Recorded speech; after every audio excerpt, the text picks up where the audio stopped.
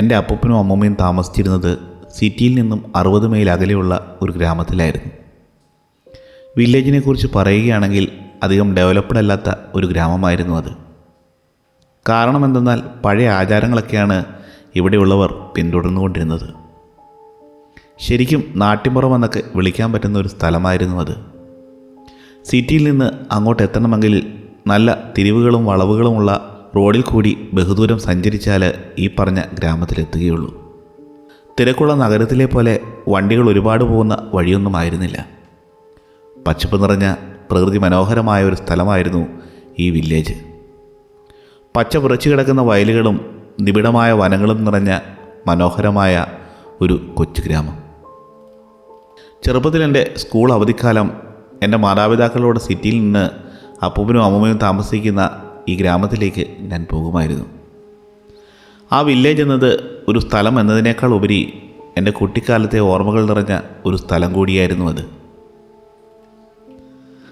ആ ഗ്രാമത്തിൽ അധികം ആളുകൾ താമസിച്ചിരുന്നില്ല. കൂടിയാൽ ഒരു 80-100 വീടുകൾ മാത്രമേ അവിടെ ഉണ്ടായിരുന്നുള്ളൂ. അവിടെയുള്ള വീടുകൾ സിറ്റിയിലെ വീടുകൾ പോലെയല്ല, പഴയ വീടുകളാണ്. എൻ്റെ അപ്പൂപ്പനും അമ്മൂമ്മയും അവിടെയുള്ള ആളുകളെപ്പോലെ ജീവിതകാലം മുഴുവൻ അവിടെയാണ് താമസിച്ചിരുന്നത്. കൃഷി, പിന്നെ കന്നുകാലികൾ, ഇതിനെയൊക്കെ പരിപാലിച്ചാണ് അവർ ജീവിച്ചിരുന്നത്. ആ നാട്ടിലെ എല്ലാവരും ഈ കാര്യങ്ങളൊക്കെയാണ് ചെയ്തിരുന്നത്. അവിടെ ചെന്നാൽ നല്ല ശുദ്ധമായ വായു, പിന്നെ ചേറിൻ്റെ മണം, സിറ്റിയിലില്ലാത്ത കുറേ കാര്യങ്ങൾ ഇവിടെ നിന്ന് കിട്ടുമായിരുന്നു. ഈ വില്ലേജിൻ്റെ നടുവിലൂടെ വലിയൊരു അരുവി ഒഴുകിയിരുന്നു. വൈകുന്നേരങ്ങളിൽ അവിടുത്തെ നാട്ടുകാരൊക്കെ പുഴയ്ക്കരികിൽ വന്ന് മീൻ പിടിക്കുന്നത് കാണാമായിരുന്നു. മാത്രമല്ല പരസ്പരം എല്ലാ കാര്യങ്ങളും എല്ലാവരും അങ്ങോട്ടും ഇങ്ങോട്ടും സംസാരിക്കുകയും ചെയ്യും. അതുകൂടാതെ ചീട്ട് കളിക്കാൻ മുതിർന്നവരും പിന്നെ വലിയ വൃക്ഷങ്ങളുടെ നിഴലിലിരുന്ന് ഓരോ കഥകൾ പറഞ്ഞ് ആളുകൾ സമയം നീക്കിയിരുന്നു. ഞാനവിടെ വില്ലേജിലുള്ള കുറേ കുട്ടികളുടെ കൂടെ കളിക്കുവാനൊക്കെ പോകുമായിരുന്നു. സിറ്റിയിലെ താമസമൊക്കെ കഴിഞ്ഞ് അവധിക്ക് ഞാൻ ഈ നാട്ടിലേക്ക് വരുമ്പോൾ എനിക്ക് ഇതൊക്കെ വളരെ അത്ഭുതമായി തോന്നി. പകലൊന്നും ഞാൻ വീട്ടിൽ കയറില്ല. സന്ധ്യ വരെ തോട്ടത്തിൽ കൂടി ഓടി നടക്കുന്നത് എനിക്ക് വലിയ ഇഷ്ടമായിരുന്നു. മരത്തിൽ വലിഞ്ഞു കയറി ഊഞ്ഞാലിലൊക്കെ ആടി ഞാൻ ഫുൾ ഹാപ്പി മൂഡിലായിരുന്നു.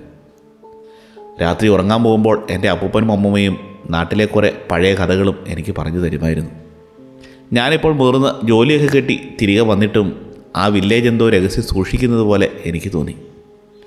ആ വില്ലേജിൻ്റെ വയലുകളുടെ അപ്പുറത്തായിട്ട് വളരെ പഴക്കമുള്ള ഒരു മാളിക പോലെ ഒരു വീടുണ്ടായിരുന്നു. ഈ വില്ലേജുമായി ഒട്ടും ഇണങ്ങാത്ത ഒരു വീടായിരുന്നു അത്. വില്ലേജിലെ മറ്റ് വീടുകളെല്ലാം സാധാരണ വീടുകളും ഈ ഒരു വീട് മാത്രം വലിയ മണിമാളിക. സിറ്റിയിലൊക്കെ കാണുന്നത് പോലെയുള്ള ഒരു മണിമാളിക. ഒരുപാട് വർഷം പഴക്കമുണ്ട് അതിന്. അതിൻ്റെ ജനലുകൾ ഇപ്പോഴും ഇരുണ്ടുമൂടിയായിരുന്നു. മുട്ടപ്പം പുല്ലുകൾ വളർന്ന് പന്തലിച്ച് നിൽക്കുന്നു. വർഷങ്ങളായി ആരും താമസിക്കാത്ത ഒരു വീട് പോലെ അത് തോന്നിച്ചിരുന്നു. ചുറ്റും കാടും പള്ളയും പിടിച്ച് മരങ്ങളെല്ലാം ചുറ്റും വളർന്ന് വല്ലാത്തൊരു അന്തരീക്ഷമായിരുന്നു അവിടം. എൻ്റെ കുട്ടിക്കാലത്തെ കൂട്ടുകാരെല്ലാം വലുതായി. ചിലരെല്ലാം ജോലി തേടി മറ്റ് സ്ഥലങ്ങളിലേക്ക് പോയി. എന്നാലും അവിടെയുള്ള എൻ്റെ കൂട്ടുകാരുടെ കൂടെ ആ വീട്ടിൽ പോയി നോക്കിയപ്പോൾ ആ വീടിനുള്ളിൽ ആളുകൾ ഉള്ളതുപോലെ ഞങ്ങൾക്ക് തോന്നി. പക്ഷേ ഈ വില്ലേജിലുള്ളവർ ആരും ആ വീട്ടിലേക്ക് പോകുന്നത് ഞാൻ ഇതുവരെ കണ്ടിട്ടില്ല. കുട്ടിക്കാലത്ത് ഞാൻ ഒരിക്കൽ പോലും അങ്ങോട്ട് പോയിട്ടില്ല. പക്ഷേ ആ സമയത്ത് ഈ കാര്യങ്ങളൊന്നും ഞാൻ ശ്രദ്ധിച്ചുമില്ല. എങ്കിലും ഇപ്പോഴാണ് ഞാൻ ഈ കാര്യങ്ങളൊക്കെ ശ്രദ്ധിക്കുന്നത്. ഈ വീട്ടിൽ ആരാണ് താമസിക്കുന്നത്, ആരുടേതാണെന്ന് അറിയാനായി ഞാൻ വളരെ ക്യൂരിയസ് ആയിരുന്നു. ഞാൻ എൻ്റെ അപ്പൂപ്പനോട് ആ വീടിനെപ്പറ്റി ചോദിച്ചു. പക്ഷേ അപ്പൂപ്പൻ ആ വീടിനെപ്പറ്റി ഒന്നും എന്നോട് പറഞ്ഞില്ല. ഈ വിഷയം മാറ്റിവിട്ടു. അമ്മൂമ്മയോട് ചോദിച്ചപ്പോൾ അമ്മൂമ്മയും അപ്പൂപ്പൻ്റേതുപോലെ എൻ്റെ ചോദ്യത്തിന് ഉത്തരം നൽകിയില്ല. ആ നാട്ടിലെ എൻ്റെ കൂട്ടുകാരോട് ചോദിച്ചപ്പോഴേക്കും അവരും ആ വിഷയത്തിൽ വലിയ താല്പര്യമൊന്നും കാണിച്ചില്ല. മാത്രമല്ല ആ വീടിനെപ്പറ്റി ചോദിക്കുമ്പോൾ എൻ്റെ കൂട്ടുകാരുടെ മുഖത്ത് ഒരു ടെൻഷൻ വരുന്നത് പോലെ എനിക്ക് തോന്നിയിട്ടുമുണ്ട്. എൻ്റെ കൂട്ടുകാരിലൊരാൾ എന്നോട് പറഞ്ഞു, എടാ, ആ വീടിൻ്റെ കാര്യമൊന്നും നീ അന്വേഷിക്കേണ്ട, അതങ്ങനെ തന്നെ ഇരുന്നോട്ടെ.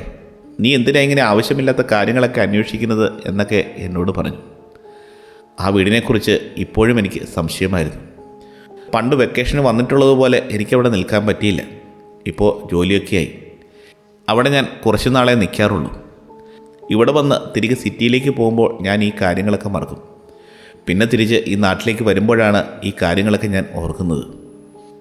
ആരും ആ വീടിനെപ്പറ്റി ഒരു ഉത്തരവും തരാത്തത് കൊണ്ട് ഞാനത് മറന്നിരുന്നു. എന്നാലും എൻ്റെ മനസ്സിൽ ഇങ്ങനെ ആലോചിച്ചുകൊണ്ടിരിക്കും, എന്താ ആ വീടിനെക്കുറിച്ച് ആരുമൊന്നും പറയാത്തത്? വല്ല പ്രശ്നവുമുണ്ടോ? അതോ വല്ല കേസോ കൂട്ടമോ വല്ലതുമാണോ? അവിടെ വല്ല ദുർമരണവും നടന്നിട്ടുണ്ടോ? എന്താ സംഭവമെന്ന് ഞാൻ ആലോചിക്കുമായിരുന്നു. ഒരു കൊല്ലത്തിനിടയ്ക്ക് ഞാൻ അപ്പൂപ്പൻ്റെയും അമ്മൂമ്മയുടെയും വീട്ടിലേക്ക് പോകുമ്പോൾ പൂർണ്ണചന്ദ്രൻ സമയത്ത് ആ വീടിന് പുറത്തേക്ക് 2 സ്ത്രീകൾ ഇറങ്ങിപ്പോകുന്നത് ഞാൻ കണ്ടിട്ടുണ്ട്. അപ്പൂപ്പൻ്റെ വീട്ടിലിരുന്നാൽ ഈ മാളിക കാണാം. എൻ്റെ ബെഡ്റൂമിൽ നിന്ന് നോക്കിയാൽ കാണാൻ പറ്റും. ഞാൻ രാത്രി ഫോണൊക്കെ നോക്കിയിരിക്കുമ്പോൾ ആകസ്മികമായി അങ്ങോട്ട് നോക്കിയപ്പോൾ 2 സ്ത്രീകൾ വീട് തുറന്ന് വീടിന് പുറത്തേക്ക് പോകുന്നത് ഞാൻ കണ്ടു. 2 സ്ത്രീകളുടെ കയ്യിലായി മൂടിക്കെട്ടിയ ഒരു കൊട്ടയുണ്ട്. അവർ പയ്യെ നടന്നു നീങ്ങുന്നത് ഈ പൂർണ്ണചന്ദ്രനുള്ള ദിവസങ്ങളിൽ ഞാൻ കണ്ടിട്ടുണ്ട്.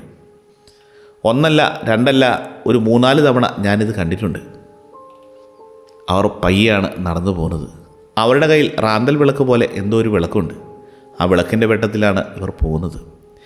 ഏതാണ്ട് ഒരു പാതിരാത്രി സമയത്താണ് ഈ കാഴ്ച കാണുന്നത്. നിലാവട്ടമുണ്ടെങ്കിലും ആ രാത്രിയിൽ റാന്തൽ വിളക്കുമായി പോകുമ്പോൾ മരങ്ങളുടെ നിഴലുകൾ വീണ് അതൊരു ഭീകര കാഴ്ച പോലെ തോന്നിക്കും. 2-3 തവണ കണ്ടപ്പോൾ എനിക്ക് പേടിയായി. പിന്നെയാണ് എനിക്ക് മനസ്സിലായത്, പൂർണ്ണചന്ദ്രൻ ഉള്ളപ്പോൾ മാത്രമേ ഇവർ പോകാറുള്ളൂ. വേറെ ദിവസങ്ങളിലൊന്നും അവരെ കാണുന്നുമില്ല. എന്തായാലും പൂർണ്ണ നിലാവുള്ള ദിവസം അത് നോക്കണമെന്ന് ഞാൻ ചിന്തിച്ചു. അങ്ങനെ പൂർണ്ണ നിലാവുള്ള ഒരു ദിവസം എൻ്റെ അപ്പൂപ്പനും അമ്മൂമ്മയും കാണാതെ ഒളിച്ച് പുറത്തേക്കിറങ്ങി. ഞാൻ വലിയ മാളികയുടെ അടുത്തേക്ക് പോയി. നിലാവുണ്ട്, എന്നാലും എൻ്റെ ഫോണിൻ്റെ ഫ്ലാഷ് ലൈറ്റ് ഓണാക്കിയിരുന്നു. അങ്ങോട്ടുള്ള വഴി കാടും പടലയുമെല്ലാം വളർന്നു കിടക്കുകയാണ്. അതിനുള്ളിലൂടെ പോയാൽ വല്ല പാമ്പും കടിച്ചാലോ എന്ന് കരുതി വളരെ ശ്രദ്ധിച്ചാണ് അങ്ങോട്ട് പോയത്.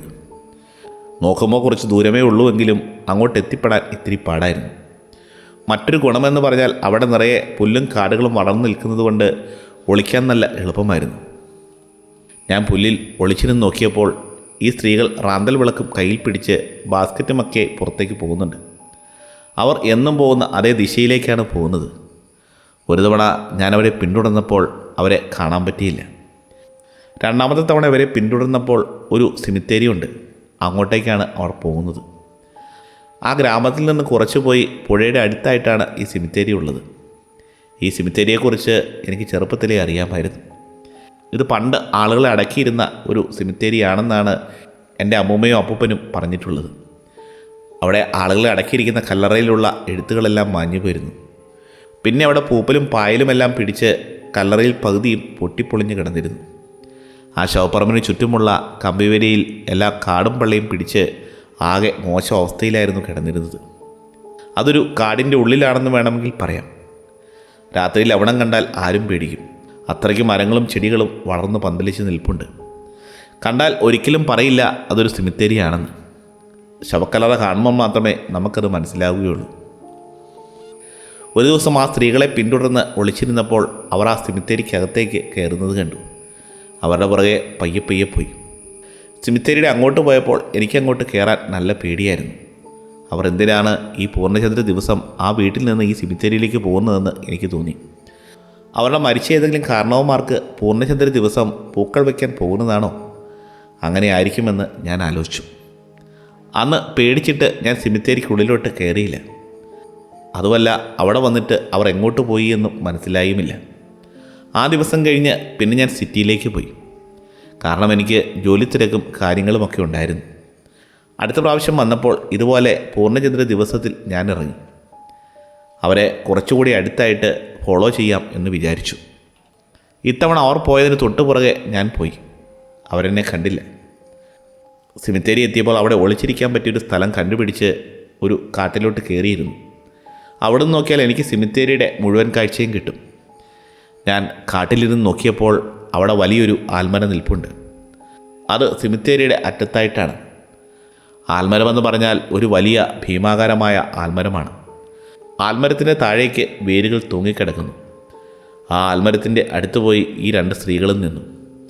അവർ അല്പം പുറകിലേക്കിറങ്ങി ഉടൻ തന്നെ എന്തോ മന്ത്രിക്കാൻ തുടങ്ങി. അവർ എന്താണ് മന്ത്രിക്കുന്നതെന്ന് കേൾക്കാൻ പറ്റുന്നില്ല. നല്ല കാടായതുകൊണ്ട് കാറ്റടിക്കുന്ന ശബ്ദവും ഇലകൾ അനങ്ങുന്ന ശബ്ദവും കാരണം അവർ എന്താണ് ചൊല്ലുന്നതെന്ന് വ്യക്തമല്ല. കൂടാതെ പുഴയിലെ വെള്ളം ഒഴുകുന്ന ശബ്ദവുമുണ്ട്. കുറച്ചു കഴിഞ്ഞ് അവർ ആ മന്ത്രം ചൊല്ലൽ നിർത്തി. എന്നിട്ട് ആ കുട്ടകളെടുത്ത് തിരിച്ചു നടക്കാൻ തുടങ്ങി. അവർ അങ്ങോട്ട് പോയപ്പോൾ ആ കുട്ടകളിൽ നിറയെ എന്തോ ഉണ്ടായിരുന്നു. എന്നാൽ അവർ തിരിച്ചു വരുമ്പോൾ അതിലൊന്നുമില്ല. അതെല്ലാം കാലിയായിരുന്നു. അവർ തിരികെ പയ്യെ നടന്നുപോയി. അവർ ആ കുട്ടകളിൽ കൊണ്ടുവന്ന സാധനം എവിടെ? വന്നപ്പോൾ അതിലുണ്ടായിരുന്നല്ലോ.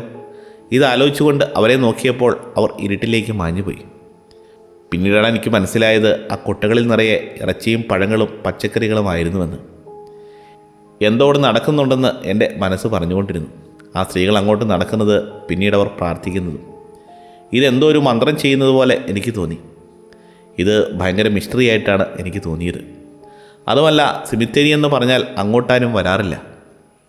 അങ്ങോട്ട് അവിടെ വരേണ്ട ആവശ്യമില്ല. അതുമല്ല, പുരാതനമായ കുറേ കല്ലറകളും അല്ലാണ്ട് അവിടെ വേറെയൊന്നുമില്ല. അവരിവിടെ വന്നിട്ട് എന്താണ് ചെയ്യുന്നതെന്ന് അറിയാനായിട്ട് വല്ലാത്ത ക്യൂരിയോസിറ്റി ഉണ്ട്. അതുമല്ല, എനിക്ക് പേടിയുമുണ്ട്. ഞാനൊരു 5 തവണയെങ്കിലും അവരെ ഫോളോ ചെയ്തു പോയി. പക്ഷേ ഓരോ തവണ പോകുന്തോറും ഇവർ എന്താ ചെയ്യുന്നതെന്നുള്ള ഉത്തരം കിട്ടുന്നതിന് പകരം എൻ്റെ മനസ്സിലെ ചോദ്യങ്ങൾ കൂടി വന്നു.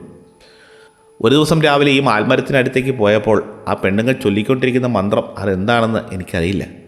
അതിൻ്റെ ഒരു മുഴക്കം എനിക്ക് കേൾക്കാൻ സാധിച്ചു. എന്താണെന്നറിയില്ല, ആൽമരത്തെ കാണുമ്പോൾ എൻ്റെ മനസ്സിൽ വല്ലാത്തൊരു ഭയം വന്നു തുടങ്ങി. ആ മരത്തിലേക്ക് നോക്കുമ്പോൾ ഇവർ ചൊല്ലിയിരുന്ന മന്ത്രങ്ങളാണ് എൻ്റെ ചെവിയിൽ മുഴങ്ങുന്നത്. മരവും ഈ സിമിത്തേരിയും വീടും ആ വീട്ടിലെ ആളുകളും തമ്മിൽ എന്തെങ്കിലും ബന്ധമുണ്ടെന്ന് എനിക്ക് മനസ്സിലായി. ഇതെനിക്ക് കണ്ടുപിടിക്കാൻ സാധിക്കുമെന്ന് തോന്നുന്നില്ല എന്ന് എനിക്ക് ഉറപ്പായി. ഏറ്റവും അവസാനം ഞാൻ കണ്ടെത്തിയത് എന്തെന്ന് പറഞ്ഞാൽ ആ കുട്ടയിലുണ്ടായിരുന്നത് ഇറച്ചിയും പഴങ്ങളും പച്ചക്കറികളും ഒക്കെയാണെന്നാണ്. വേറൊന്നും എനിക്ക് കണ്ടുപിടിക്കാൻ സാധിച്ചില്ല. അത് കഴിഞ്ഞ് കുറച്ചുനാൾ കഴിഞ്ഞപ്പോൾ ഞാനും എൻ്റെ കൂട്ടുകാരുടെ കൂടെ വില്ലേജിൽ സംസാരിച്ചു കൊണ്ടിരിക്കുകയായിരുന്നു. ഞങ്ങൾ അത്യാവശ്യം പ്രായപൂർത്തിയായതുകൊണ്ട് വൈകുന്നേരങ്ങളിൽ ഒരു സിഗരറ്റ് വലിക്കാനായിട്ട് മൈതാനത്തിലേക്ക് പോകുമായിരുന്നു. പഴയ കഥകളും സിറ്റിയിലെ കാര്യങ്ങളുമൊക്കെ പറഞ്ഞുകൊണ്ടിരുന്നു. അവിടെയും ഇതുപോലെ ഒരു ആൽമരമുണ്ട്. അതിൻ്റെ ചൂട്ടിലിരുന്നാണ് ഞങ്ങൾ ഈ സിഗരറ്റ് വലിയും സംസാരവുമൊക്കെ. അങ്ങനെ ഇരിക്കുമ്പോഴാണ് വളരെ പ്രായം ചെന്ന ഒരാളെ ഞങ്ങൾ കണ്ടത്. ഗ്രൗണ്ടിലേക്ക് ഇറങ്ങി വരുന്ന ഒരു ഇടവഴിയുണ്ട്. അതിലൂടെ അയാൾ ഇറങ്ങി വരികയാണ്. അയാളുടെ വസ്ത്രത്തെപ്പറ്റി പറയുകയാണെങ്കിൽ ആകെ ചെളി പിടിച്ച് കീറിപ്പറിഞ്ഞ വസ്ത്രമാണ്. തലമുടിയെന്ന് പറഞ്ഞാൽ ജട പിടിച്ച്. മുഖത്തേക്ക് നോക്കിയാൽ ചുക്കിച്ചൊളിഞ്ഞ് വളരെ പ്രായം ചെന്ന ഒരാൾ. എന്തൊക്കെയോ പുറപുറത്തുകൊണ്ടാണ് അയാൾ നടക്കുന്നത്. ആ കണ്ണിലേക്ക് നോക്കുമ്പോൾ തന്നെ പേടിയാകും. അയാളെ ഞാൻ കുട്ടിക്കാലത്തും കണ്ടിട്ടുണ്ട്. ഈ അടുത്താണ് ഞാൻ അയാളെ ശ്രദ്ധിക്കാൻ തുടങ്ങിയത്. നാട്ടിലുള്ളവരെല്ലാം പറയുന്നത് അയാൾ ഭ്രാന്തനാണെന്നാണ്. വില്ലേജിൽ അവിടെ അങ്ങോട്ടും ഇങ്ങോട്ടും നടക്കാറുണ്ടെന്ന കാര്യവും എനിക്കറിയാം. അതുപോലെ തന്നെ ഇയാൾ എന്തൊക്കെയോ പറഞ്ഞ് ഇങ്ങനെ നടക്കാറുണ്ട്. പിന്നെ ആ വീടിനെപ്പറ്റിയും ആ മാളികയിൽ താമസിച്ച ആൾക്കാരെപ്പറ്റിയും ഇങ്ങനെ കഥ പറഞ്ഞുകൊണ്ടിരുന്നു. ചിലപ്പോൾ അയാൾ പറയുന്ന കഥകൾ നമുക്ക് മനസ്സിലാകണമെന്നില്ല. അയാൾ എന്തൊക്കെയോ പറയുന്നുണ്ട്, കേട്ടാൽ നമുക്ക് വ്യക്തമല്ല. ഞാൻ ഈ കൂട്ടുകാരുമായി ഗ്രൗണ്ടിലിരുന്ന ദിവസം ഞാൻ അയാളെ കണ്ടപ്പോൾ അയാൾക്ക് വല്ലാതെ ദേഷ്യം വന്നിട്ട് പറയുന്നത് പോലെ എനിക്ക് തോന്നി. പുള്ളി പറഞ്ഞുകൊണ്ട് എൻ്റെ അടുത്തേക്ക് പോയപ്പോൾ അയാൾ പറയുന്നത് ചെറുതായിട്ട് ഞാൻ കേട്ടു. അയാൾ മാളിക വീട്ടിലെ മരിച്ചുപോയ ഒരാളെപ്പറ്റിയാണ് പറയുന്നതെന്ന് എനിക്ക് മനസ്സിലായി. ആ മാളിക എന്നൊക്കെ പറയുന്നുണ്ടെങ്കിലും എനിക്ക് മുഴുവനായിട്ട് മനസ്സിലായില്ല. അപ്പോഴെനിക്ക് വല്ലാത്തൊരു ക്യൂരിയോസിറ്റി തോന്നി. ഈ പുള്ളിക്ക് ഈ വീടിനെപ്പറ്റി എങ്ങനെ അറിയാമെന്ന് ഞാൻ എൻ്റെ കൂട്ടുകാരോട് ചോദിച്ചു. അവർ പറഞ്ഞത് അയാളൊരു വട്ടനാണ്. ഭാര്യയും പിള്ളേരും ഒന്നുമില്ല. അതൊക്കെ പണ്ടേ ഇട്ടിട്ട് പോയി. ഇയാൾ പള്ളിയിലും അമ്പലത്തറയിലുമൊക്കെയാണ് കിടക്കുന്നത്. ഇവിടെ ഇയാൾക്ക് വേണ്ട ഭക്ഷണവും വസ്ത്രവും ഒക്കെ നാട്ടുകാരാണ് കൊടുക്കുന്നത്. പുള്ളി പണ്ട് ആ മാളിക വീട്ടിലെ ഒരു വേലക്കാരനായിരുന്നു. ആ വീട്ടിലെ വലിയ മുതലാളിയുടെ സർവൻ്റായിരുന്നു ഇയാൾ. ആ മാളിക വീട്ടിലെ മുതലാളി മരിച്ചിട്ട് കൊല്ലങ്ങളായി. ആ വീട്ടിൽ കുറേ ആളുകൾ മരിച്ചു പോയിട്ടുണ്ട്. അത്രയായപ്പോഴേക്കും അയാൾ ആ വീട്ടിൽ നിന്ന് പോന്നു. പിന്നെ ഇങ്ങനെയാണ് നാട്ടുകാർ കാണുന്നത്. ഇങ്ങനെ എൻ്റെ ഫ്രണ്ട്സ് പറഞ്ഞുകൊണ്ടിരുന്നപ്പോൾ എനിക്കെന്തോ വല്ലാത്ത വിചിത്രമായി തോന്നി. വട്ടനാണെങ്കിൽ കൂടി ആ വീടിനെപ്പറ്റി അയാൾ എന്തോ പറയുന്നത് ഞാൻ കേട്ടു. എൻ്റെ കൂട്ടുകാർ പറഞ്ഞതുപോലെ വേലക്കാരനായിരുന്നു ഇയാൾ. അതും ആ വീടിനെപ്പറ്റി പണ്ടേ എനിക്ക് മിസ്റ്ററി ആയിരുന്നു. ഇതുകൂടി കേട്ടപ്പോൾ വേറെ ഒരു മിസ്റ്ററി കൂടി അതിൻ്റെ കൂടെ കൂടി. ഞാനിങ്ങനെ ആലോചിച്ചു, ഇയാൾ പറയുന്നതിൽ വല്ല സത്യവുമുണ്ടോ? അത് ശരിക്കും അയാൾക്ക് വട്ടായിപ്പോയി കിടന്ന് പറയുന്നതാണോ? ഇയാൾ കാണിക്കുന്നത് കണ്ടാൽ തനി വട്ടാണെന്ന് പറയും. അതുകൊണ്ട് തന്നെ അയാൾ പറയുന്നത് മുഴുവൻ വിശ്വസിക്കാനും പറ്റില്ല എന്നിങ്ങനെ ആലോചിച്ചു. അന്ന് വൈകുന്നേരം ആയപ്പോഴേക്കും സൂര്യൻ അസ്തമിച്ച് കഴിഞ്ഞപ്പോൾ എനിക്കറിയാവുന്ന കാര്യങ്ങളെപ്പറ്റിയെല്ലാം ഞാനിങ്ങനെ ആലോചിച്ചുകൊണ്ടിരുന്നു. ആ പെണ്ണുങ്ങൾ പോകുന്നതിനെക്കുറിച്ചും ആ മാളികയെക്കുറിച്ചും. അവരെന്താണ് ആ ആൽമരത്തിൻ്റെ അവിടെ പോയി ചെയ്യുന്നത്? അതുവല്ല മന്ത്രവാദവുമാണോ? ഇതിനെപ്പറ്റിയൊക്കെ ആലോചിച്ചുകൊണ്ടിരുന്നപ്പോൾ എൻ്റെ മനസ്സിൽ എന്തോ ഭയം തോന്നിത്തുടങ്ങി. ആ വീടിനെക്കുറിച്ചൊക്കെ ആലോചിച്ചുകൊണ്ടിരുന്നപ്പോൾ എൻ്റെ മനസ്സിൽ നിരവധി ചോദ്യങ്ങൾ ഉയർന്നു പൊങ്ങി. ഈ വില്ലേജിലെ ആൾക്കാർ മനഃപൂർവ്വം ഈ വീടിനെപ്പറ്റി പറയുന്നില്ല. ഞാൻ ഇക്കാര്യം ചോദിച്ചപ്പോൾ അവർ മിണ്ടിയിട്ടില്ല. അല്ലെങ്കിൽ അവർ വേറെ എന്തെങ്കിലും വിഷയത്തിലേക്ക് അത് മാറ്റും. ഈ കാര്യങ്ങൾ എനിക്ക് വല്ലാത്ത ഒരു മിസ്റ്ററിയായി തോന്നി. ആ ദിവസം കഴിഞ്ഞ് വൈകുന്നേരം ഞാൻ മൈതാനത്തിലേക്ക് കൂട്ടുകാരെ കാണാൻ പോയപ്പോൾ ഈ വയസ്സനായ ആളെ ഞാൻ പിന്നെയും കണ്ടു. ഞാൻ അങ്ങോട്ട് നടന്നു പോയപ്പോൾ അയാൾ എന്നെ കണ്ണു തുറച്ചു നോക്കി. എന്നെ കണ്ടതോടെ അയാൾ എൻ്റെ കയ്യിൽ ശക്തിയായി കയറിപ്പിടിച്ചു, അതും വളരെ ശക്തിയിൽ. അയാൾ പരുക്ക ശബ്ദത്തിൽ എന്നോട് മന്ത്രിച്ചു. ആ വീടും വീട്ടുകാരുടെ അടുത്തുനിന്നും മാറി നിന്നോണം, അവരെ ഫോളോ ചെയ്യാൻ പാടില്ല. അങ്ങനെ എന്നോട് രഹസ്യമായി പറഞ്ഞു. ഞാൻ നിന്നെ കണ്ടിട്ടുണ്ട്, നീ രാത്രി അങ്ങോട്ട് പോകുന്നത്, ആ സ്ത്രീകളുടെ പുറകെ സെമിത്തേരിയിലേക്ക് പോകുന്നത്. അയാൾ ഇത് പറയുന്നത് കേട്ടപ്പോൾ ഞാൻ ഞെട്ടി. ഈ ഫാമിലിയെക്കുറിച്ച്, ഈ വീടിനെക്കുറിച്ച് ആദ്യമായിട്ട് എന്നോട് സംസാരിക്കുന്ന ഒരാളാണ്. അതുമല്ല, ഞാൻ രാത്രിയിൽ ഒളിച്ചു പോകുന്നത് ഇയാൾ കണ്ടുവെന്ന് പറഞ്ഞപ്പോൾ എനിക്ക് പെട്ടെന്ന് ഒരു പേടി തോന്നി. ഇയാളങ്ങനെ കണ്ടുവന്നതിൽ എനിക്ക് സംശയം വന്നു. ഈ കാര്യത്തെക്കുറിച്ച് ഞാൻ അയാളോട് ചോദിച്ചു. നിങ്ങളങ്ങനെ ഞാൻ പോകുന്നത് കണ്ടുവെന്ന് ചോദിച്ചു. പക്ഷേ അതിന് അദ്ദേഹം മറുപടിയൊന്നും പറഞ്ഞില്ല. അതുമല്ല, വേറെ എന്തൊക്കെയോ കാര്യങ്ങൾ പുള്ളി സംസാരിക്കുകയാണ്. എൻ്റെ കയ്യിലെ പിടുത്തം വിട്ട് മുന്നോട്ട് നടന്നുപോയി. പിന്നെയും ചോദിച്ചപ്പോൾ അയാളൊന്നും മിണ്ടുന്നില്ല. അയാൾ വീണ്ടും ഇങ്ങനെ പറഞ്ഞപ്പോൾ ആ ക്യൂരിയോസിറ്റി എനിക്ക് വീണ്ടും കൂടിയതേ ഉള്ളൂ. അപ്പോഴേക്കും മനസ്സിലായി, ഞാനെന്തോ മിസ് ചെയ്യുന്നുണ്ട്. ഈ വില്ലേജിന് എന്തോ കുഴപ്പമുണ്ട്. പുറത്തുനിന്ന് നോക്കുമ്പോൾ വളരെ മനോഹരമായ പ്രകൃതിയാണെങ്കിലും ഈ വീടിന് എന്തോ പ്രശ്നമുണ്ടെന്ന കാര്യം എനിക്ക് മനസ്സിലായി. അത് കഴിഞ്ഞ് 2 ദിവസം കഴിഞ്ഞപ്പോൾ ഞാൻ പുഴയിൽ മീൻ പിടിക്കാനായിപ്പോയി. ഞാൻ മീൻ പിടിക്കാൻ പോയപ്പോൾ എൻ്റെ കൂട്ടുകാരെ വിളിച്ചപ്പോൾ അവർ വരുന്നില്ല, വൈകുന്നേരം കാണാമെന്ന് പറഞ്ഞു. വീട്ടിലിരുന്നാൽ ബോറടിയാണെന്ന് വിചാരിച്ച് ഞാൻ മീൻ പിടിക്കാൻ വേണ്ടിയിട്ട് പുഴയിലേക്ക് ചൂണ്ടയുമായി പോയി. ഞാൻ ചൂണ്ടയിട്ട് അവിടെ ഇരുന്നപ്പോഴേക്ക് ഈ പ്രായമുള്ള കിഴവൻ മാറിയിരിക്കുന്നതായിട്ട് ഞാൻ കണ്ടു. അയാൾ പുഴക്കരയിൽ എന്തോ ആലോചിച്ചിരിക്കുകയാണ്. ഞാൻ ചൂണ്ടയിടുന്നതിനിടയ്ക്ക് അയാളെ ശ്രദ്ധിച്ചപ്പോൾ അയാൾ എന്നെ സൂക്ഷിച്ചു നോക്കിയിരിക്കുന്നത് കണ്ടപ്പോൾ ഞാൻ അയാളുടെ അടുത്തേക്ക് പോയി. എന്നിട്ട് നിങ്ങൾ എന്താ ചെയ്യുന്നതെന്ന് ചോദിച്ചു. അതുമല്ല, എന്തിനാണ് കഴിഞ്ഞ ദിവസം എൻ്റെ കയ്യിൽ കയറി പിടിച്ചിട്ട് അങ്ങനെയൊക്കെ പറഞ്ഞതെന്ന് എനിക്കറിയണമെന്നും പറഞ്ഞു. ആ കുടുംബത്തെ എന്തിനാ ആളുകൾ ഇങ്ങനെ പേടിക്കുന്നത്? ഞാൻ അവരുടെ പുറകെ പോയതിന് താനെന്തിനാ ഇത്രയധികം പേടിക്കുന്നത് എന്ന് ചോദിച്ചു. ഞാൻ ഇത്രയും ചോദിച്ചപ്പോൾ അയാൾ ചുറ്റും നോക്കി. ആരെങ്കിലും നോക്കുന്നുണ്ടോ, ആരെങ്കിലും ഞങ്ങൾ പറയുന്നത് കേൾക്കുന്നുണ്ടോ എന്നാണ് അയാൾ നോക്കുന്നത്. മുഖത്തൊരു എക്സ്പ്രഷനുമില്ലാതെ എന്നോട് ഇങ്ങനെ പറഞ്ഞു. ആ കുടുംബക്കാർ കുറേ കാര്യങ്ങളിൽ ഇടപെട്ടിട്ടുണ്ട്, പഴയ കുറേ കാര്യങ്ങളിൽ. പണ്ട് മുതലേ മന്ത്രവാദവും വെച്ചാരാധനയുമുള്ള കുടുംബമാണ്. ആ വീടും അവർ ചെയ്യുന്ന ദുർമന്ത്രവാദവും തമ്മിൽ ബന്ധമുണ്ട്. നിങ്ങൾ കണ്ടിട്ടില്ലേ 2 പെണ്ണുങ്ങൾ രാത്രിയിൽ പോകുന്നത്? ഞാൻ ഇത് കേട്ട് തലയാട്ടി. ഇതൊക്കെ കേട്ട് എൻ്റെ നെഞ്ച് കിടന്ന് ഇടിക്കുന്നുണ്ട്. അവർ കുരുതി കൊടുക്കാൻ പോവുകയാണ്. മരിച്ചുപോയ സിമിത്തേരിയിലുള്ള ആളുകൾക്ക് വേണ്ടിയല്ല. അവിടെ പുരാതനമായൊരു സാധനമുണ്ട്. ആ സാധനത്തിനാണ് ഇവർ കുരുതി കൊടുക്കുന്നത്. എന്താണെന്ന് വെച്ചാൽ അവരുടെ മനസ്സമാധാനത്തിന് വേണ്ടിയാണ്. ആ വീട്ടിലെ മുതലാളി ഈ പറയുന്ന ആ സാധനവുമായിട്ട് ഒരു ഉടമ്പടിക്കരാർ വെച്ചിരുന്നു. ആ ഉടമ്പടി പ്രകാരം മന്ത്രങ്ങളും കാര്യങ്ങളുമൊക്കെ ചെയ്യുന്നത് ആ സാധനത്തിനെ തൃപ്തിപ്പെടുത്താൻ വേണ്ടിയാണ്. അതിനുവേണ്ടിയുള്ള പ്രാർത്ഥനയാണ് അവർ ചെല്ലുന്നത്. അതും അവിടെയുള്ള ആ സാധനവും കുടുംബവും തമ്മിലുള്ള ഒരു ഉടമ്പടിക്കരാറാണിത്. അവിടെയുള്ള അതിനു വേണ്ടിയാണ് ഇതൊക്കെ ചെയ്യുന്നത്. ഇത് കേട്ടപ്പോഴേക്കും എനിക്ക് പെട്ടെന്ന് ഭയങ്കരമായ പേടി തോന്നി. എൻ്റെ നെഞ്ച് കിടന്ന് ഇടിക്കാൻ തുടങ്ങി. അതുമല്ല, ഞാൻ വിയർക്കാൻ തുടങ്ങി. ആ മാളികയിലെ കുടുംബം അവിടെയുള്ള ഒരു വൃത്തികെട്ട സാധനത്തിന് അടിമകളാണെന്ന് എനിക്ക് മനസ്സിലായി. ആ സിമിത്തേരിയിൽ എന്തോ ഒന്ന് ഉണ്ടെന്ന് എനിക്ക് മനസ്സിലായി. ആർക്കും അറിയാത്ത എന്തോ ഒന്ന്. അങ്ങോട്ട് പോകരുതെന്ന് ഈ വയസ്സം പറഞ്ഞ കാര്യങ്ങളെല്ലാം എൻ്റെ മനസ്സിലേക്ക് ഓടിയെത്തി. ആർക്കും കൺട്രോൾ ചെയ്യാൻ പറ്റാത്ത എന്തോ ഒരു സാധനവുമായിട്ടാണ് ഇവർ ഉടമ്പടി ചെയ്തിരിക്കുന്നത്. എന്തുകൊണ്ടാണ് താങ്കൾ ഇതെല്ലാം എന്നോട് പറയുന്നതെന്ന് ഞാൻ മെല്ലെ ചോദിച്ചു. നീ അങ്ങോട്ട് പോകാതിരിക്കാൻ വേണ്ടിയിട്ടാണ് ഞാനിതെല്ലാം പറയുന്നതെന്ന് പറഞ്ഞിട്ട് അയാൾ എന്നെ തുറച്ചു നോക്കി. ഞാൻ കണ്ടു താനങ്ങോട്ട് പോകുന്നത്. 2-3 പ്രാവശ്യം കണ്ടു. അങ്ങോട്ട് പോകുന്നതിന് തനിക്ക് മുന്നറിയിപ്പ് തരാൻ വേണ്ടി ഞാൻ കുറേ തവണ തന്നെ ഫോളോ ചെയ്തിട്ടുണ്ട്. പക്ഷേ എനിക്ക് നിങ്ങളെ കാണാൻ പറ്റിയില്ല. നിങ്ങൾ അവിടെ പോയി അവരുടെ അടുത്തെങ്ങാനും എത്തിയാൽ, അവരുടെ പൂജയോ കർമ്മങ്ങളോ എല്ലാം മുടക്കിയാൽ എങ്കിലത് പ്രശ്നമാകും. അവിടെയുള്ള സാധനത്തിന് താനും ഇരയാകുമെന്ന് പറഞ്ഞു. അതിനെ വെറുതെ വിടുന്നതാണ് നിനക്ക് നല്ലത്.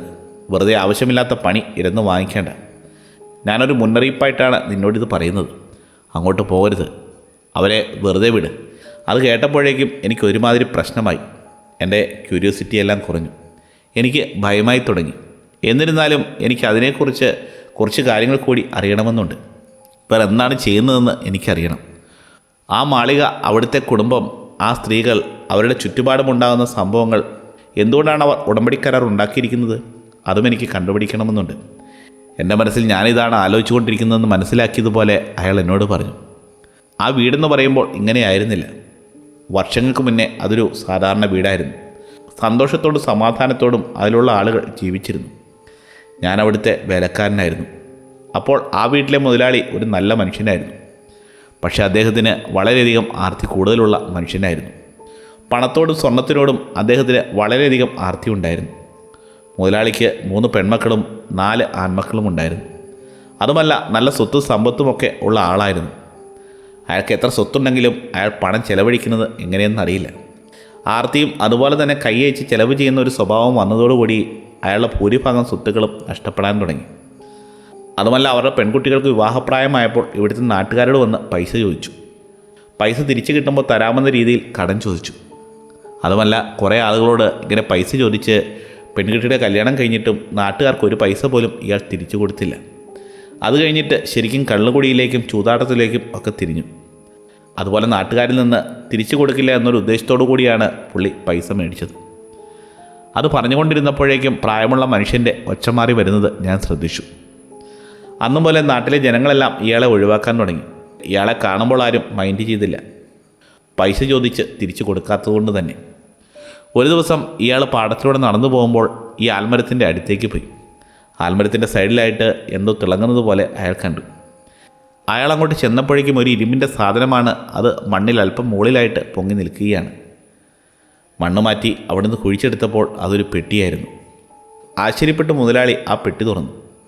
സ്വർണം കവർ ചെയ്ത തടി കൊണ്ടുള്ളൊരു പെട്ടിയായിരുന്നു അത്. ആൽമരത്തിൻ്റെ ചുവട്ടിലായിട്ട് അത് കുഴിച്ചിട്ടിരിക്കുകയായിരുന്നു.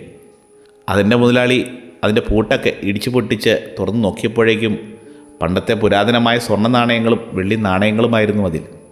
ആ നാണയങ്ങൾക്കുള്ളിൽ പ്രാചീനമായ സിമ്പലുകളുണ്ടായിരുന്നു. മുതലാളി അതിലൊരു സ്വർണ്ണ നാണയം എടുത്ത് മുകളിലേക്ക് പിടിച്ചു നോക്കിയപ്പോൾ ആ പെട്ടിക്കുള്ളിൽ നിന്ന് എന്തോ ഒരു രൂപം പുറത്തേക്ക് വന്നു. എന്ത് സാധനമാണ് പുറത്തേക്ക് വന്നതെന്ന് മുതലാളിക്ക് മനസ്സിലായില്ല. എല്ലുപോലെ വിളറി വെളുത്ത ഒരു രൂപം, കണ്ണുകളില്ല, പല്ലും നഖങ്ങളുമൊക്കെ നീണ്ട് ഒരു പൈശാചിക രൂപം. ഇത് കണ്ടപ്പോഴേക്കും മുതലാളി ആകെ പേടിച്ച് പറിച്ചു. മദ്യത്തിൻ്റെ കിക്കോ കാര്യങ്ങളുമൊക്കെ പോയി. എന്നെ മുതലാളിയോട് ഈ പിശാചി സംസാരിച്ചു. നിങ്ങൾ പേടിക്കേണ്ട ആവശ്യമൊന്നുമില്ല. എന്നെ ഒരു മന്ത്രവാദി ഈ നാണയങ്ങളുടെ കൂടെ ഈ പെട്ടിക്കുള്ളിൽ പൂട്ടിയിട്ടിരിക്കുകയാണ്. ആ പൂട്ട് നീയാണിപ്പോൾ പൊട്ടിച്ചത്. ഞാൻ നിന്നെ ഒന്നും ചെയ്യില്ല. ഇത് കേട്ട് മുതലാളിക്ക് വിശ്വസിക്കാൻ പറ്റിയില്ല. മദ്യപിച്ചുകൊണ്ട് തോന്നുന്നതാണോ എന്ന് വിചാരിച്ചു. ഈ സ്വർണ്ണ നാണയങ്ങളും പണവുമെല്ലാം നീ എടുക്കുക. എനിക്ക് തിരിച്ച് നീ ഒരു കാര്യം ചെയ്യണം. ഈ കഥ പറഞ്ഞുകൊണ്ടിരുന്നപ്പോൾ ആ പ്രായമുള്ള ആളുടെ മുഖമെല്ലാം വിളറി വെളുക്കാൻ തുടങ്ങി. ഞാനാണെങ്കിൽ പേടിച്ച് ഈ കഥ കേട്ടുകൊണ്ടിരിക്കുകയാണ്. ഈ പിശാച് പറഞ്ഞത് എല്ലാ പൂർണ്ണചന്ദ്ര ദിവസവും എനിക്ക് ഭക്ഷണം കൊണ്ടുത്തരണം. ഈ സിമിത്തേരിയുടെ ആൽമരച്ചൂട്ടിൽ കൊണ്ടുവരണം. പകരമായിട്ട് ഇതിലുള്ള നാണയങ്ങളും സമ്പത്തും സ്വർണവും നിനക്ക് തരാമെന്ന് പറഞ്ഞു.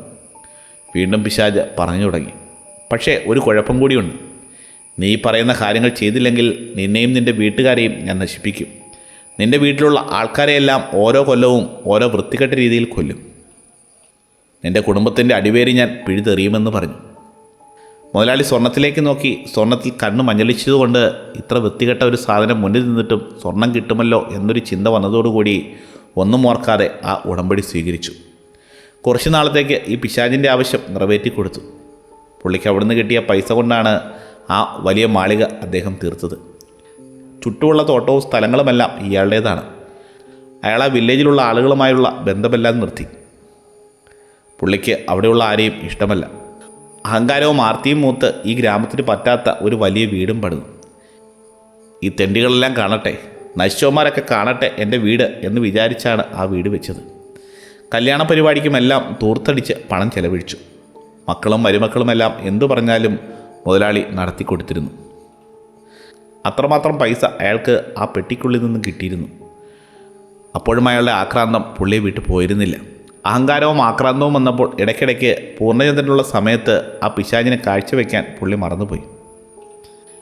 ഏറ്റവും അവസാനം മുതലാളി പറഞ്ഞു തുടങ്ങി. എന്ത്, കുറേ നാളായല്ലോ ഇത് തുടങ്ങിയിട്ട്, ഇനിയൊരു കോപ്പം വയ്ക്കാൻ പോകുന്നില്ല.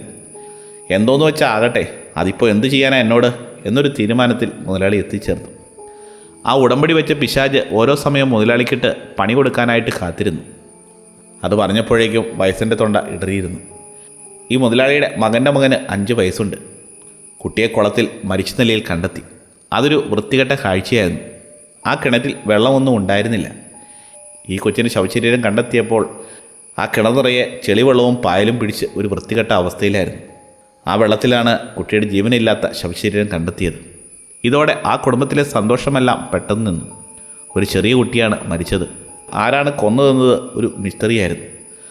അതുമല്ല, ആ കുട്ടിയുടെ ശവശരീരം പോസ്റ്റ്മോർട്ടം ചെയ്തപ്പോൾ ആക്സിഡൻറ്റ് സംഭവിച്ചതാണെന്ന് ഒരു നിഗമനത്തിൽ അവർക്ക് എത്താൻ പറ്റിയില്ല. ആ കുട്ടി എങ്ങനെ അത്രയും ദൂരം അവിടെ എത്തി എന്നുപോലും അവർക്ക് കണ്ടെത്താനായില്ല. ആ കഥ പറഞ്ഞുകൊണ്ടിരുന്നപ്പോൾ വയസ്സായ ആളുടെ ശബ്ദം ഇടറിപ്പോകുന്നുണ്ടെന്ന് എനിക്ക് അറിയാൻ പറ്റി. അത് കഴിഞ്ഞ് അടുത്ത വർഷം ദുരിതത്തിൽ നിന്ന് കരകയറി വന്നപ്പോഴാണ് മുതലാളിയുടെ മൂത്ത മകനും ഇതുപോലെ കുഴപ്പത്തിൽ നിന്ന് ചാടിയത്. മൂത്ത മകൻ്റെ ശരീരം കണ്ടെത്തിയത് രക്തമെല്ലാം ചോർന്ന് വെളുത്തു വിളറിയ ഒരു അവസ്ഥയിലായിരുന്നു. അതും തല മാത്രമാണ് ലഭിച്ചത്. തലയില്ലാത്ത ശരീരം എവിടെയാണെന്ന് ആർക്കും അറിയില്ല. നാട്ടുകാരും പോലീസുമെല്ലാം തിരഞ്ഞുവെങ്കിലും അയാളുടെ തല മാത്രമേ ലഭിച്ചുള്ളൂ. മുതലാളിയുടെ മോൻ്റെ തല ഒരു മരത്തിൻ്റെ ശിഖരത്തിൽ കുത്തി നിർത്തിയിരുന്നതുപോലെയാണ് കണ്ടെത്തിയത്. മുഖം കണ്ടാൽ എന്തോ പേടിച്ച് കണ്ട് ഭയന്നതുപോലെയാണ് കാണപ്പെട്ടിരുന്നത്. പിശാചിന് ഭക്ഷണം കൊടുക്കാത്തത് കൊണ്ടാണ് ഇതൊക്കെ സംഭവിക്കുന്നതെന്ന് മുതലാളിക്ക് മനസ്സിലായി. ബലിയൊന്നും കൊടുക്കാത്തത് കൊണ്ട് പിന്നെയും പ്രശ്നങ്ങൾ കൂടി വന്നു. പിന്നീടുള്ള കാര്യം വിഷമം ഉണ്ടാക്കുന്നതായിരുന്നു. കഥ പറഞ്ഞുകൊണ്ടിരിക്കുന്ന വയസ്സിൻ്റെ കണ്ണിൽ നിന്നും കണ്ണുനീർ ഒഴുകിത്തുടങ്ങി. ഇതെല്ലാം കണ്ട് സഹിക്കാൻ വയ്യാത്ത മുതലാളി ജീവനൊടുക്കി. അയാൾ അവിടെയുള്ള വലിയൊരു കൊക്കയിലേക്ക് ചാടിയാണ് മരിച്ചത്. അയാളുടെ ശരീരഭാഗങ്ങളൊക്കെ ചിന്നിച്ചിതറിയ അവസ്ഥയിലാണ് താഴ്വാരത്ത് നിന്ന് പോലീസുകാർക്ക് കിട്ടിയത്. ആ പിശാചിനെ തൃപ്തിപ്പെടുത്താൻ പറ്റാത്തതുകൊണ്ട് കുടുംബത്തിലെ ഓരോ ആളുകൾ മരിക്കുന്നത് കണ്ട് മനംനൊന്താണ് എൻ്റെ മുതലാളി മരിച്ചതെന്ന് ആ പ്രായമുള്ള മനുഷ്യൻ പറഞ്ഞു. മുതലാളി മരിച്ചപ്പോൾ മുതലാളിയുടെ ഭാര്യയ്ക്ക് ഇക്കാര്യങ്ങളൊക്കെ അറിയാമായിരുന്നു. ഈ കാര്യങ്ങളൊക്കെ എന്നോടും മുതലാളിയുടെ മറ്റൊരു മോനോടും പറഞ്ഞിരുന്നു. അങ്ങനെയാണ് ഞങ്ങൾ ഈ കാര്യങ്ങളെല്ലാം അറിയുന്നത്. ആ പിശാചിൻ്റെ ശാപം ഈ കുടുംബത്തിന്മേലുള്ള കാര്യവും എന്നോട് മുതലാളി മുമ്പ് പറഞ്ഞിരുന്നു. ശരിക്കും പറഞ്ഞാൽ പേടിച്ചിട്ടാണ് ഞാൻ ആ വീട്ടിൽ നിന്നും ഇറങ്ങിപ്പോകുന്നത്. പക്ഷേ എനിക്ക് മുതലാളിയെ വളരെ ഇഷ്ടമായിരുന്നു. യജമാൻ്റെ ഭാര്യ പറഞ്ഞ ഈ കാര്യങ്ങളൊന്നും വില്ലേജിലെ ആരും തന്നെ വിശ്വസിച്ചില്ല. ഇതൊന്നും ഒരിക്കലും നടക്കാത്ത കാര്യങ്ങളല്ലേ എന്നാണ് വില്ലേജിലെ ആളുകൾ പറഞ്ഞത്. 6 മാസം കഴിഞ്ഞപ്പോഴേക്കും കെട്ടുകഥകളൊക്കെ ശരിയാണെന്ന് എല്ലാവർക്കും മനസ്സിലായി. ബാക്കിയുണ്ടായിരുന്ന മോനും ഈ മുതലാളിയുടെ ഭാര്യയും അവിടെയുള്ളൊരു തോട്ടത്തിൽ മരിച്ച നിലയിൽ കണ്ടെത്തി. 2 ശരീരവും മരത്തിൽ കെട്ടിത്തൂക്കിയ നിലയിലായിരുന്നു. അതുമല്ല, അവരുടെ വയറ് കീറി കുടലും പണ്ടവുമെല്ലാം വെളിച്ചാടിയ അവസ്ഥയിലായിരുന്നു. ശരീരം മൊത്തം മാന്തിപ്പൊളിച്ച് ഒരു വൃത്തികെട്ട രീതിയിലായിരുന്നു ശരീരം കിടന്നിരുന്നത്. അന്ന് ഞാൻ കണ്ടത് എൻ്റെ യജമാൻ്റെയും ഭാര്യയുടെയും ശരീരം. ഒരു തുണ്ട് വസ്ത്രം പോലുമില്ലാതെ വയറെല്ലാം കീറി കുടൽമാലയെല്ലാം വെളിയിലേക്ക് വന്ന് അന്നത്തോടെ എൻ്റെ എല്ലാ സമനിലയും നഷ്ടപ്പെട്ടു. അത് കണ്ടതോടെ എനിക്ക് മാനസികമായ ചില പ്രശ്നങ്ങൾ തുടങ്ങി. ഈ സംഭവങ്ങളൊക്കെ കഴിഞ്ഞതോടെ ആ കുടുംബത്തിലെ ഏറ്റവും ഇളയ മകന് കാര്യങ്ങളൊക്കെ മനസ്സിലായി. ആ ഉടമ്പടിയെക്കുറിച്ചും കാര്യങ്ങളുമെല്ലാം അവൻ അറിയാമായിരുന്നു. ഇതൊക്കെ വളരെ സീരിയസ് ആയിട്ടുള്ളതാണെന്നും അവരുടെ കുടുംബ പരമ്പര തന്നെ ഇല്ലാതാകുമെന്നും അവൻ അറിയാമായിരുന്നു. ഇങ്ങനെ പോയിട്ടുണ്ടെങ്കിൽ അവൻ്റെ അച്ഛൻ്റെയും ജ്യേഷ്ഠന്മാരുടെയും ഗതി തനിക്ക് ഉണ്ടാവുമെന്ന് അവൻ വിശ്വസിച്ചു. ആ വീടിന് പുറത്തേക്ക് ആരും പോകരുത്, വില്ലേജിലേക്ക് ആരും പോകരുത് എന്ന തീരുമാനം ഇളയ മകനാണ് എടുത്തത്. ഇളയ മകൻ വേറൊരു തീരുമാനവും എടുത്തു. എങ്ങനെ വന്നാലും ഈ ശാപം മുറിക്കണം. ബാക്കി ഫാമിലിയിലുള്ള ആളുകളെ രക്ഷിക്കണം. അവൻ്റെ ബ്രദറും അവൻ്റെ കസിൻസും ബാക്കിയുള്ളവരെല്ലാം രക്ഷിക്കണമെങ്കിൽ എന്തെങ്കിലും ചെയ്തേ പറ്റുമെന്ന് അവൻ അറിയാമായിരുന്നു. ഒരു രാത്രി ഇളയ മകൻ ആ പിശാചിൻ്റെ അടുത്തേക്ക് പോയി. എന്നിട്ട് കരഞ്ഞു പിടിച്ച് പറഞ്ഞു, എന്ത് വേണമെങ്കിലും തരാം, എൻ്റെ കയ്യിലുള്ള പണം എന്ത് വേണമെങ്കിലും തരാം, എങ്ങനെയെങ്കിലും എൻ്റെ കുടുംബത്തിനെ ഈ ശാപത്തിൽ നിന്നും മാറ്റിത്തരണമെന്ന് കേണപേക്ഷിച്ചു. പിശാച് പറയുന്ന എന്ത് തീരുമാനവും നിവർത്തിക്കാം എന്ന തീരുമാനത്തോടെയാണ് അവിടെ നിന്നത്. ബാക്കിയുള്ള കുടുംബത്തിലുള്ളവരെ രക്ഷിക്കണം, എൻ്റെ ജീവൻ വേണമെങ്കിൽ എടുത്തോ എന്ന് വരെ ഇളയ മകൻ പറഞ്ഞു. പിശാച് അത് സമ്മതിച്ചു. ആകപ്പാടെ 2 കണ്ടീഷൻ ആ പിശാച് വെച്ചു.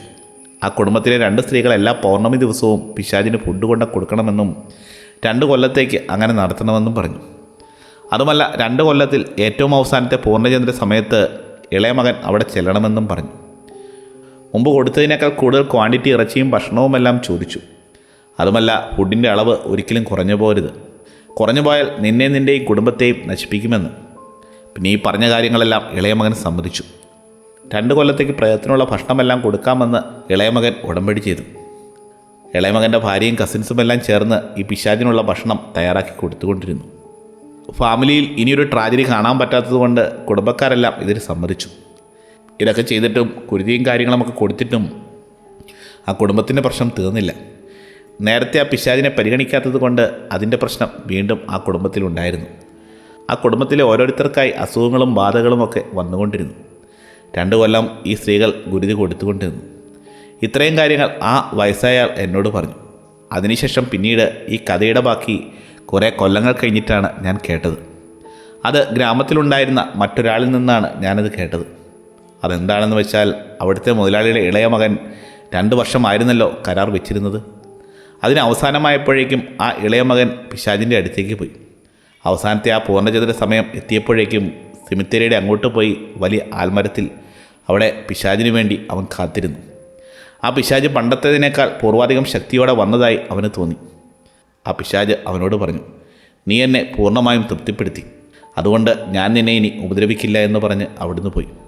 അപ്പോഴാണ് എനിക്ക് മനസ്സിലായത് വില്ലേജിലെ ആളുകൾ എന്നോട് പറയാത്തത് എന്താണെന്ന്. എൻ്റെ അപ്പൂപ്പനും അമ്മയും ഇതിനെക്കുറിച്ച് പറയാതിരുന്നതിനെയും പറ്റി. പിന്നീട് ഞാൻ ഒരിക്കലും സെമിത്തേരിയിലേക്ക് പോയിട്ടില്ല. രാത്രിയിൽ അവർ പോകുന്നുണ്ടോ എന്ന് നോക്കാനും പോയിട്ടില്ല. കുറേ കൊല്ലങ്ങൾ കഴിഞ്ഞ് ആ വില്ലേജിലേക്ക് തിരിച്ചു വന്നപ്പോൾ വില്ലേജിന് ഒരു മാറ്റമുണ്ടായി. ആ വീടിപ്പോൾ കാണുമ്പോൾ പഴയതുപോലെ ഒരു ഭീമാകാരമായ വീടായിട്ടല്ല എനിക്ക് തോന്നുന്നത്. അവിടെ ഉണ്ടായിരുന്ന കുടുംബക്കാരെല്ലാം ആ വില്ലേജിലെ ആളുകളുമായി സംസാരിച്ച് ഇടപഴകിയാണ് ജീവിച്ചിരുന്നത്. ഏറ്റവും ഇളയ മകൻ ഇപ്പോഴും ജീവനോടെയുണ്ട്. ജീവിതമെല്ലാം തിരിച്ചു പിടിച്ച് വരികയാണ്. ആ വീടിൻ്റെ ഒരിക്കലും മറക്കാത്തൊരു നിഴലായിട്ട് ആ പഴയ കാലവും അന്ന് നടന്ന സംഭവങ്ങളും ഇന്ന് നിലനിൽക്കുന്നുണ്ട്. കുറേ കാലങ്ങൾക്ക് ശേഷം എൻ്റെ അപ്പൂപ്പനും അമ്മൂമ്മയും മരിച്ചു. മരിച്ചു കഴിഞ്ഞിട്ട് ഞാൻ വില്ലേജിലേക്ക് പോയിട്ടില്ല. ഇപ്പോൾ എൻ്റെ ഓർമ്മയിൽ ഞാനത് ആലോചിക്കും, ആ വില്ലേജിനെയും ആ വലിയ വീടിനെയും കുറിച്ചൊക്കെ. ഇത്രയും നാളുകളായിട്ടും ആ ആൽമരം ഒരു കേടും കൂടാതെ വലിയൊരു സർപ്പം പത്തി പടർത്തി നിൽക്കുന്നത് പോലെ ഇപ്പോഴും അവിടെ തന്നെ നിലനിൽക്കുന്നുണ്ട്.